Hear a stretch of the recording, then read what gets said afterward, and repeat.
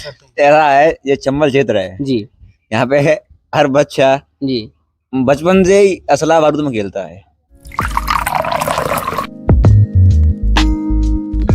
ये टीम किसकी है? पानसिंह तोमर की। भिंड और मुरैना की एक सच्ची कहानी जो आज आपको हम सुनाने वाले हैं और साथ ही दिखाने वाले हैं। कुछ कहानियों को जब हम किताबों के पीछे पढ़ते हैं और किताबों के पन्ने पलटते हुए पढ़ते हैं तो हमें कुछ उसमें धुंधलापन सा दिखाई देता है, लेकिन अगर उस सच्चाई से आपको वाकिफ होना है तो आपको उस स्थान पर आना पड़ता है। इस पदयात्रा के दौरान बहुत सारी ऐसी चीजें थी जिनको मैंने कवर किया, लेकिन आज एक ऐसी चीज है जो आप सबसे रूबरू होने वाली है। एक ऐसी चीज जिसको लेकर सिर्फ प्रिसेप्शंस बनाए गए, लेकिन क्या उसी हकीकत थी या नहीं थी। ये कहानी पानसिंह तोमर की। पानसिंह तोमर जो हो सकता है कि दूसरों के लिए एक डाकू रहे हों, लेकिन आज इस गांव में हम कौन से गांव में हैं? सोना गांव में। अभी आज हम सोना गांव में हैं और ये उनका क्षेत्र हुआ करता था और एक ऐसे परिवार के साथ बैठे हुए हैं जिनके साथ बड़े अच्छे रिश्ते हुए करते थे। ऐसा इनका मानना है कि हमारे घर पे उनका आना जाना रहता था। हमारी दादी को बुआ बोला करते थे। तो आज हम थोड़ी सी सच्चाई जानने की कोशिश करेंगे और उनके बारे में थोड़ी सी चर्चा करेंगे। आप सबने हाल ही में उनकी मूवी देखी होगी और जिसमें उनके कुछ ऐसे दृश्य को दिखाया गया जिनके बारे में शायद हम नहीं जानते थे, लेकिन वहां से उनकी छवि इस देश में बदली। और जब मेरी पदयात्रा ग्वालियर से भिंड की तरफ बढ़ी तो मुझे लगा कि इस गांव में चलना चाहिए और आप सभी को उस गांव में उस स्थान पे लेके चलना चाहिए जहां पे उनका जीवन बीता और आज लोग उनको अपना सोल्जर मानते हैं। तो आपसे एक सवाल था मेरा, पानसिंह तोमर कौन थे आपके लिए?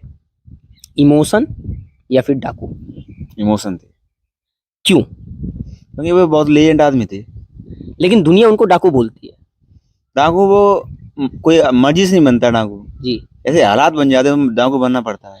क्या हालात रहे ऐसे, मतलब क्यों ऐसे उनके हालात ऐसे बने कि इनको गोल्ड मेडल छोड़कर हथियार उठाना पड़ा? कुछ अगर आपको उसके बारे में आप दोनों बता पाए तो। क्या है कि जो वो पहले वो वहाँ पे रनिंग करते थे, दौड़ते थे, तो उसके बारे में क्या है उनको यहाँ पे गांव में उनके जो घर वाले रहते थे उनको परेशान किया जाता था, बेवजह उनकी फसल काट ली जाती थी और उनको थोड़ा सा वहाँ पे मतलब यहाँ पे परेशानियाँ होती थी, इस कारण उनको वहाँ से आना पड़ा। और यहाँ के जो मतलब जो दरोगा जी वगैरह थे, यहाँ के थानेदार, उनको उनकी यहाँ जनसुनवाई नहीं होती। उन्होंने बताया था कि मैं मेडल जीत के आया हूँ बाहर से, मैं उसका कोई उपयोग नहीं किया गया।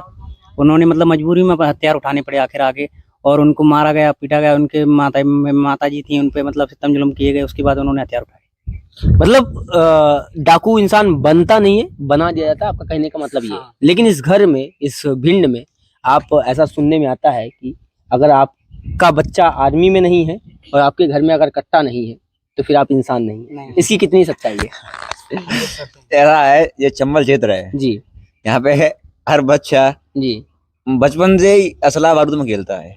ऐसा क्यों, मतलब ऐसा क्यों हुआ कि असलाह बारूद के छोड़ के कलम की गोली से क्यों नहीं खेलना चाहता यहाँ का बच्चा? यहाँ पहले से ही बहुत बेहतर रहा है माहौल। यहाँ पे डाकू रहे हैं, डकैत रहे हैं, मतलब ये चंबल क्षेत्र रहा है। यहाँ पे मतलब सबके बहुत जुनून तो हैं, लेकिन कोई बढ़ नहीं पाता। यहाँ के किसी ना किसी पे कोई केस हो जाएगा, घर में इतनी आप वो होती रहती है। तो पानसिंह तोमर जी ने हथियार इसलिए उठाए ताकि वो अपने हक की लड़ाई लड़ सके। और आज उनको लोग डाकू के नाम से बुलाते हैं। डाकू सब जब आप उनके प्रति सुनते हैं, कोई डाकू बुलाता है तो आपको कैसा लगता है? बहुत बेकार लगता है। तो आपने कभी उसका विरोध नहीं किया? विरोध किया?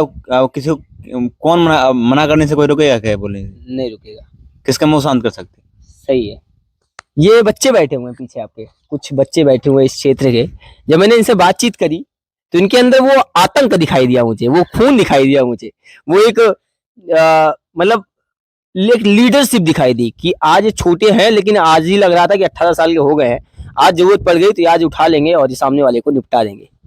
कुछ इस तरीके का इनके अंदर जुनून दिखाई देता है। ये जुनून चंबल में आने के बाद हो जाता है या चंबल के पानी में ऐसा कुछ है? नहीं, चंबल के पानी में ऐसा कुछ है यार। क्या कहना है आपका? चंबल के पानी में है। हाँ, मतलब अगर जरूरत पड़ गई तो फिर सामने वाले को निपटा दोगे? हाँ? आपका भी निपटा दोगे सामने वाले? डर नहीं है? नहीं। डरते किससे हो ये बता दो तुम लोग पहले। ऐसी कौन सा व्यक्ति है इस दुनिया में जिससे तुम्हें डर लगता है? माँ बाप से। बस, बाकी किसी से डर नहीं लगता। तुम्हारा जी? हमको भी माँ बाप से डर लगता है उसके बाद? और किसी से भी नहीं। अच्छा, तुम भाई साहब बड़ा दूर बैठो, इधर आना। पान सिंह तोमर जी को जानते हो? कौन थे वो? दरोगा थे। तुम तो पान सिंह तोमर के बारे में जानते नहीं हो, फिर डर क्यों नहीं लगता? फिर तो तुम्हें पढ़ना चाहिए साथ में। हाँ, कट्टा उट्टा है किसी पे? तुमने दिलवाया ही नहीं था। हमने दिलवाया नहीं था। ठीक है, तो ये फिलहाल फन था, मजाक था, लेकिन ये सच्चाई है कि इस क्षेत्र में लोग बहुत अच्छे हैं।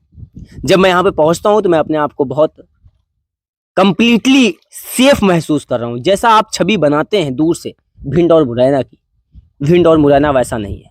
अगर आपको व्यक्ति से मिलना है और व्यक्ति विशेष से मिलना है तो आपको एक बार भिंड आना चाहिए और भिंड मुरैना आना चाहिए। आपको पता चलेगा कि आपके लिए अगर जान हाजिर करने के लिए कोई आज भी इस देश में है तो भिंड और मुरैना मिलोगे। अगर उन्होंने कह दिया कि तुम्हारे लिए मैं रात को 12 बजे खड़ा रहूंगा तो उनके लिए उनके शब्द मैटर करते हैं। लोगों के जिस तरीके से संकल्प खत्म होते जा रहे हैं, समर्पण खत्म होते चले जा रहे हैं, उसको जीवित रखने के लिए आज भी भिंड और मुरैना अपने आप में एक बहुत बड़ी मिसाल कायम करता है। ये वही जगह है जिस जगह पर पान सिंह तोमर का जीवन बीता था, और ये वही जगह है, बोला जाता है कि इस नहर से पार होते हुए जब आए थे तब उनको इसी जगह पर मार दिया गया था। आज भी इस मिट्टी में पान सिंह तोमर जी का जो खून है वो उबल रहा है। वो विचारधारा कहीं ना कहीं इन बच्चों में दिखाई देती है और यहाँ के युवाओं में दिखाई देती है, जो पान सिंह तोमर को अपना लीजेंड बुलाते हैं। ये समाज कई चीजों का जिम्मेदार तो होता है, लेकिन ये समाज बड़ी चालाकी से अपनी चीजों को किसी और के ऊपर थोप देता है। ये समाज 3 हिस्सों में बटा हुआ है, एक जिनको आप प्रशासनिक रूप में देखते हैं, और एक जिसको आप शिक्षा के रूप में देखते हैं, और एक जिस समाज की आप कल्पना कर रहे हैं जिसमें आप सभी रहते हैं। जब तक इंसान जीवित होता है तब तक उसके ऊपर 1000 उंगलियां उठाना शुरू कर देते हैं, लेकिन वही व्यक्ति जब इस जीवन से चला जाता है तो हम उसको लीजेंड के नाम से भी बुलाते हैं। क्या ये सच्चाई समाज आज एक्सेप्ट करेगा कि जिस पान सिंह तोमर की आज हम बात कर रहे हैं उनको कुछ वक्त पहले यही समाज डाकू कह के बुलाया करता था, लेकिन आज उन्हीं पान सिंह तोमर के बारे में जब बात करते हैं तो लोग उन्हें अपना लीजेंड भी बुलाते हैं। दोनों में फर्क क्या था?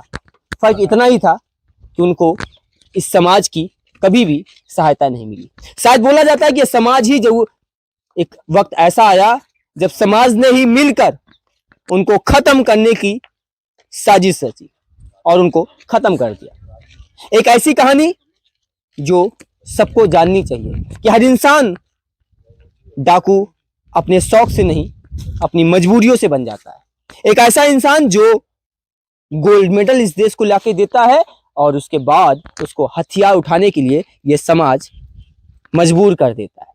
एक ऐसा इंसान जो युवाओं के लिए प्रेरणा का स्रोत होना चाहिए, आज वही इंसान किताबों में या फिर पिक्चरों में, मूवियों में नाम सुनता है डाकू पान सिंह तोमर। यह कहानी पान सिंह तोमर जी की थी, जिनके गांव में हम पहुंचे हुए थे 12,000 किलोमीटर की पदयात्रा करके, और इस पदयात्रा में हमने बहुत सारी चीजें कवर करी, लेकिन यह कहानी मेरे लिए बहुत जरूरी थी कि युवाओं के दिल में क्या बसता है और युवा पान सिंह तोमर के बारे में क्या सोचता है। ये वीडियो आपको कैसी लगी एक बार कमेंट बॉक्स में जरूर बताइएगा, और इस वीडियो को शेयर करके इस दुनिया वालों को जरूर बताइएगा कि हर इंसान हथियार सिर्फ इसलिए नहीं उठाता कि उसके शौक होते हैं, उसकी मजबूरियां उसको मजबूर कर देती हैं हथियार उठाने के लिए। जय हिंद, जय भारत।